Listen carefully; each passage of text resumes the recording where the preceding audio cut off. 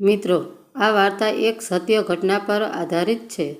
પરણેતર સૌરાષ્ટ્રને આથમણે કાંઠે રાણાવાવ નામે એક ગામ આવેલું છે. રાણાવાવ નામની એક વાવ ઉપરથી જ ગામનું નામ પણ રાણાવાવ પડ્યું હતું. એક વખત ત્યાં હળવા ફૂલ જેવા ખેડૂતોના ખોરડા હતા.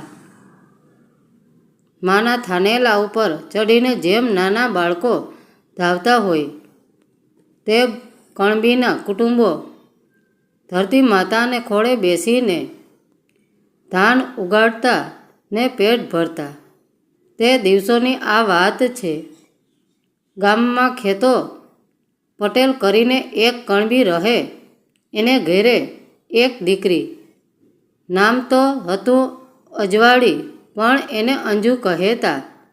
અંજુ મોં મલકાવે તે ઘડીએ ચોમેર અંજવાળાના કિરણો છવાય.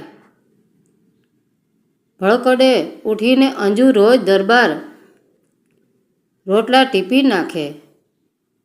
બબે ભેંસોની છાશ ઘમકાવી કાઢે. 4 બળદોનું વાસેંદું ચપટી વારમાં પતાવીને ફૂલ જેવું આંગણું કરે.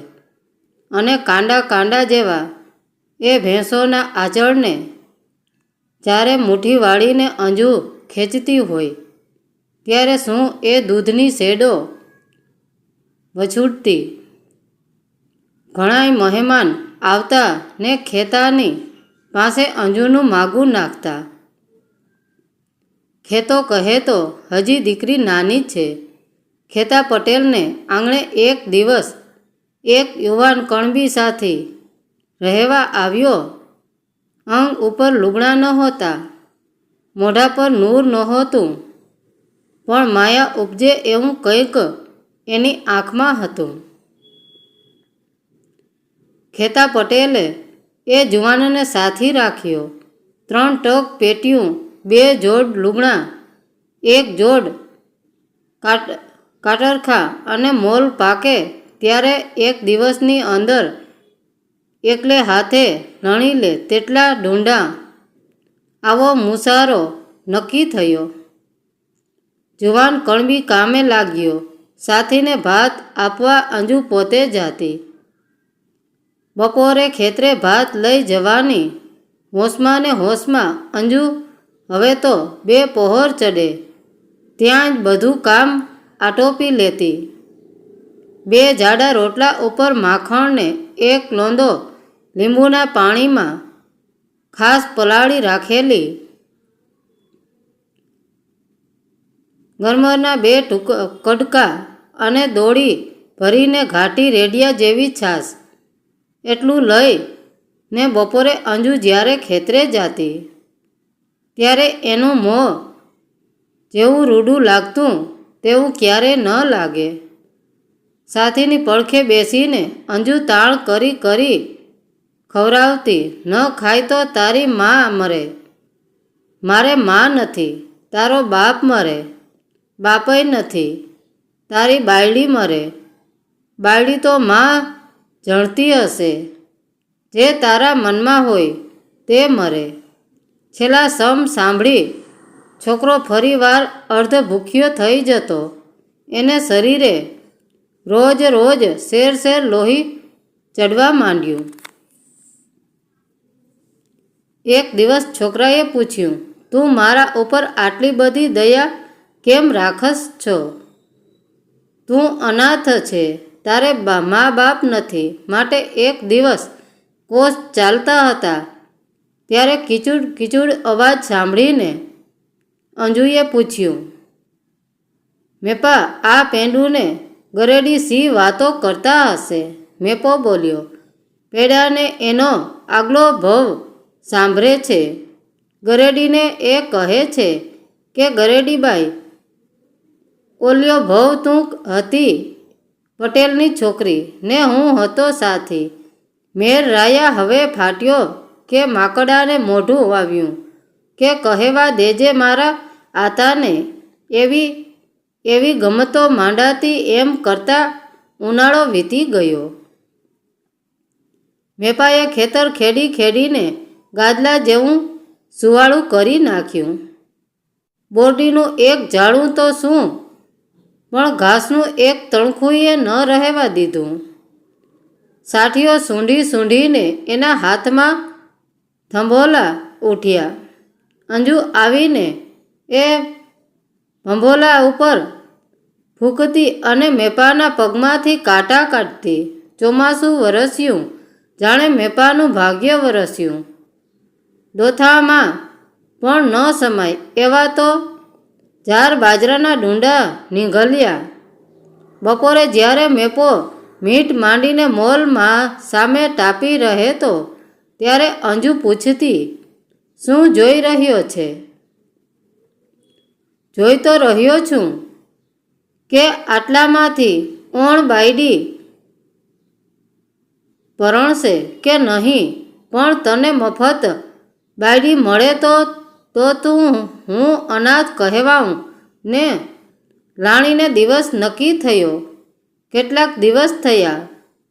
મેપો રોજ લીલા ઘાસની એકેટ ગાસડી વાઢીને ગામના એક લુહારને દઈ આવતો. લુહારની સાથે એને ભાઈબંધી જામેલી. લુહારે એને એક દાતરણી બનાવી દીધી. દાતરણીને રાણાબાવાનું પાણી પાયું અને એ દાતરણી કેવી બની! હાથ પગ આવ્યો હોય તે બટકા ઉડાડી નાખે તેવી. લાણીને દિવસે સવાર થયું ને મેપો દાતરણી લઈને ડુંડા ઉપર મંડાયો. 2 પહોર થયા ત્યાં તો 3જા ભાગનું ખેતર કોરું ધા કોર કરી નાખ્યું. પટેલે આવીને નજર કરી. ત્યાં એની આંખો ફાટી રહી. ઘેર જઈને પટેલે પટલાણીને કહ્યું, નખોદ વળ્યું, સાંજ પડશે ત્યાં એક ડૂંડું પણ આપણા નસીબમાં નહીં રહેવા દે. આખું વરસ આપણે ખાશું શું? અંજુએ એના આતાને નિસાસા સાંભળ્યા. એણે એની સેના સજવા માંડી.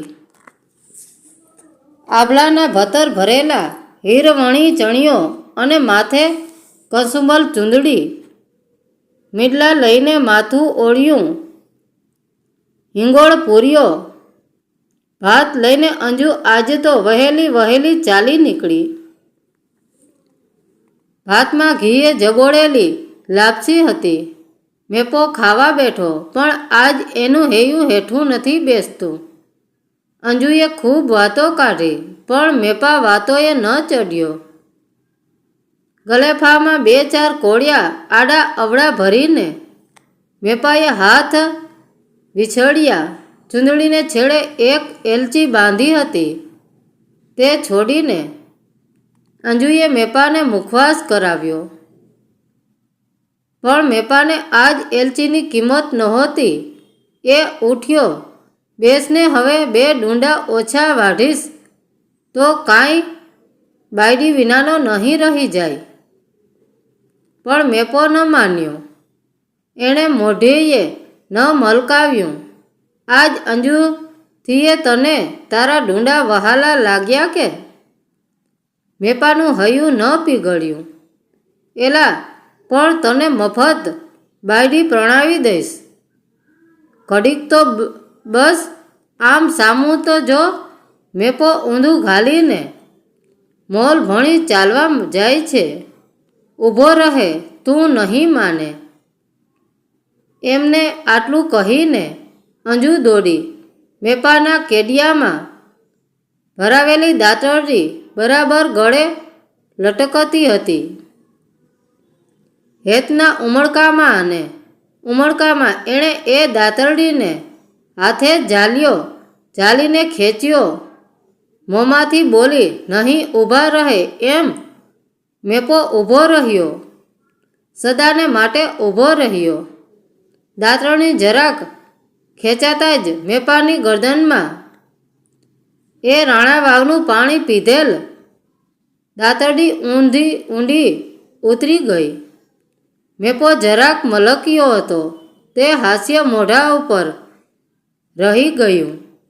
મેપાને પરણવું હતું. મેપો પરણ્યો. એને એ વસ્ત્રે જ અંજુ મેપાના સબની સાથે ચિતામાં સૂતી અગ્નિ દેવતાએ બેને ગુલાબ જેવા અંગારાનું બિછાનું કરી દીધું.